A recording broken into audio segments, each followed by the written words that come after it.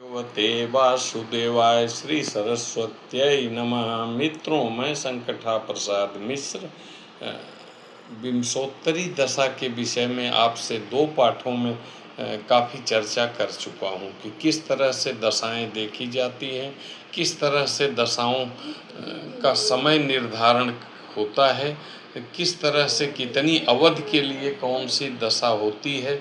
यह इन सब विषय पर हम पहले बात कर चुके हैं। आज का विषय है पाठ संख्या 3, जो दशाओं के क्रम में तीसरा पाठ है। इसमें कि दशाओं के फल या परिणाम मानव जीवन में किस तरह से पड़ता है और किस तरह देखा जाता है। आइए कुछ स्लाइड्स के माध्यम से हम आगे चर्चा कर। दशा, विंशोत्तरी दशा, जिसे विंशोत्तरी महादशा, अंतरदशा और प्रत्यंतर दशा के रूप में जाना जाता है, वैदिक ज्योतिष में एक महत्वपूर्ण भविष्यवाणी की प्रणाली है जो किसी व्यक्ति के जीवन में होने वाली घटनाओं के समय और प्रभाव की अवधि का निर्धारण करने में मदद करती है। यह व्यक्ति के जन्म के समय चंद्रमा की स्थिति और अन्य ग्रहों के साथ उसके संबंध पर आधारित है। विंशोत्तरी दशा एक ज्योतिषीय प्रणाली है जो 9 ग्रहों सूर्य, चंद्रमा, मंगल, राहु, गुरु, शनि, बुध, केतु और शुक्र को 120 वर्षों की अवधि में विभाजित करती है। प्रत्येक ग्रह की एक विशिष्ट अवधि दी जाती है। इसमें 5 तरह की दशाएं होती हैं विंशोत्तरी महादशा में। पहले तो है महादशा। महादशा किसी ग्रह की सबसे लंबी अवधि की दशा होती है।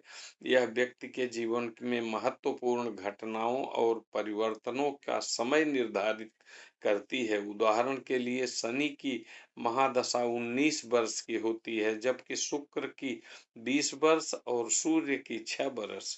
इस तरह से महादशाएं होती हैं। अंतरदशा, एक महादशा के अंदर में 9 ग्रहों की अंतरदशा होती है। अंतरदशा महादशा के भीतर छोटी अवधि की दशा होती है। यह महादशा के प्रभाव को और विशिष्ट रूप से प्रकट करती है। उदाहरण के लिए शनि की महादशा के अंदर शुक्र की अंतर्दशा चलेगी तो और इसके प्रभाव व्यक्ति के जीवन पर पड़ेगा। प्रत्यंतर दशा, प्रत्यंतर दशा एक अंतरदशा के अंदर 9 ग्रहों की अल्प अवधि की दशाएं चलती हैं, जिसको प्रत्यंतर दशा कहते हैं। यह अंतरदशा के प्रभाव को और बारीकी से दर्शाती है। प्रत्यंतर दशा की गणना अंतरदशा और महादशा की अवधि के आधार पर तय की जाती है, गणना की जाती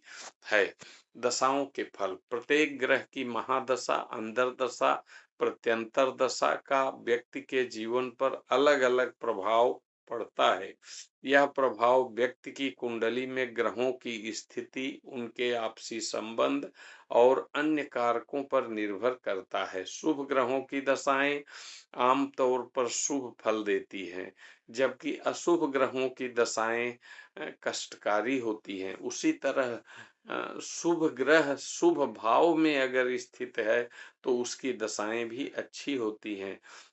हालांकि यह ध्यान रखना महत्वपूर्ण है कि ग्रहों के प्रभाव व्यक्ति की कुंडली में उनकी स्थिति और कारकों पर भी निर्भर करती है। अब अंतरदशा की गणना विधि। सूर्य की महादशा में सूर्य की अंतरदशा, जैसा कि हम जानते हैं सूर्य की महादशा 6 साल की होती है।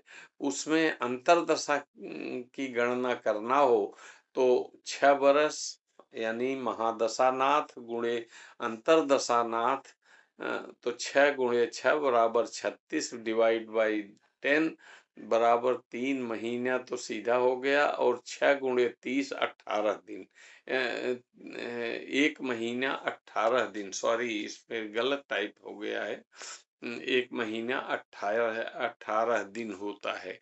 सूर्य की महादशा में चंद्रमा की अंतर्दशा। अब मान लीजिए महादशानाथ गुणे अंतर्दशानाथ के वर्ष डिवाइड बाई 10, ये फार्मूला है। अब 6 सूर्य की महादशा गुणे 10 चंद्रमा की दशा divide divide by 10 is equal to 6 महीना।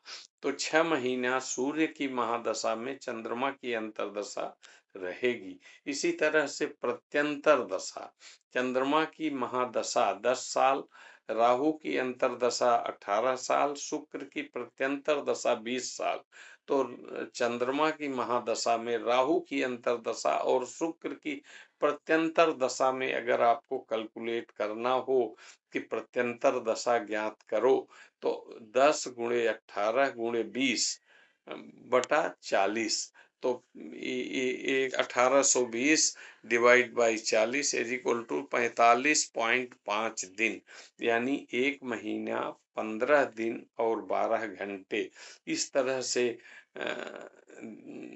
तरह से प्रत्यंतर दशा। इसके अलावा और 2 तरह के गणना दशाएं होती हैं, जिसको सूक्ष्म दशा और प्राण दशा है। जनरल सामान्यतः हम उसकी गणना कम ही करते हैं, कुछ विशेष परिस्थितियों को छोड़कर।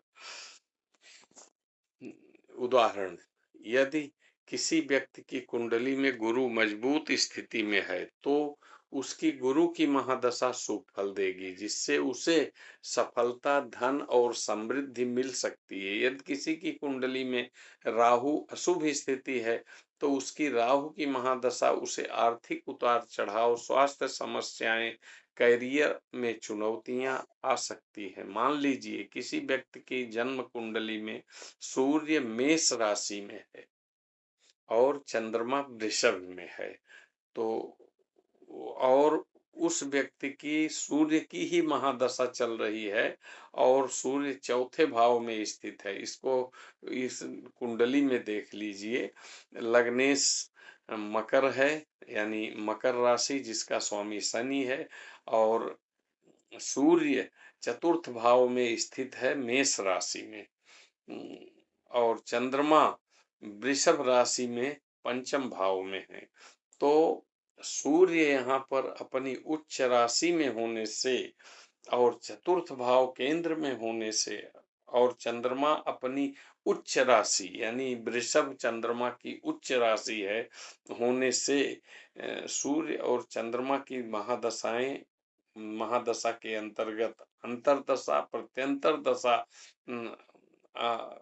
अच्छे फल देंगी, क्योंकि चंद्रमा एक तो अपनी उच्च राशि में है, दूसरे त्रिकोण भाव शिक्षा संतान भाव में स्थित है, इसलिए अच्छे परिणाम देगी। अब दशा फल को प्रभावित करने वाले कारक, कुछ चीजें दशा फल को प्रभावित करते हैं, जैसे ग्रहों की स्थिति उच्च नीच मित्र शत्रु राशि और दशाफल को प्रभावित करती है। भाव, ग्रहों के भाव की स्थिति भी बहुत महत्वपूर्ण है। उदाहरण के लिए, यदि कोई ग्रह केंद्र भाव में 1 4 7 10 में है, तो वह शुभ फल देता है। ग्रहों के बीच संबंध, मित्र शत्रु या दृष्टि भी दशा फल को प्रभावित करती है। और सबसे महत्वपूर्ण गोचर, ग्रहों का गोचर भी दशा के फल को प्रभावित करता है। विंशोत्तरी दशा का उपयोग, विंशोत्तरी दशा का उपयोग किसी व्यक्ति के जीवन में होने वाली घटनाओं के समय प्रभाव का अनुमान लगाने के लिए किया जाता है। ज्योतिषीय भविष्यवाणियां करते समय ज्योतिषी को महादशा, अंतर्दशा और प्रत्यंतर दशाओं का विश्लेषण करते हैं, ताकि व्यक्ति के जीवन में होने वाली संभावित घटनाओं और उनके प्रभावों को पता लगा या जा सकता है। उदाहरण के लिए यदि किसी व्यक्ति की कुंडली में शनि शुभ स्थिति में है, उसकी शनि की महादशा, अंतर्दशा और प्रत्यंतर दशा में हमेशा सफलता, समृद्धि, स्थिरता का अनुभव होगा। इसके विपरीत यदि शनि अशुभ स्थिति में है, नीच राशि में है, खराब भाव में है, तो उसे संघर्ष, समस्याएं और देरी का अनुमान हो सकता है। मान लीजिए आपने प्रश्न किया कि इस व्यक्ति का विवाह कब होगा या संतान कब होगा, तो ये सब चीज भी हम दशाओं से ही देखते हैं, कल गणना करके निकालते हैं निष्कर्ष। विंशोत्तरी दशा वैदिक ज्योतिष में एक शक्तिशाली उपकरण है, जो व्यक्ति के जीवन में ग्रहों के प्रभाव की अवधि समय को समझने में मदद करता है। ज्योतिषी इस प्रणाली का उपयोग भविष्यवाणियां करने में, व्यक्तियों को उनके जीवन के विभिन्न पहलुओं में मार्गदर्शन प्रदान करने के लिए करते हैं। अब सवाल ये है कि ये कोई आवश्यक नहीं है कि हम इतना गणना करें। सॉफ्टवेयर मौजूद हैं जिससे आप डायरेक्ट कि कौन सी दशा चल रही है आप देख सकते हैं। अभी इस वीडियो के लिए बस इतना ही। धन्यवाद।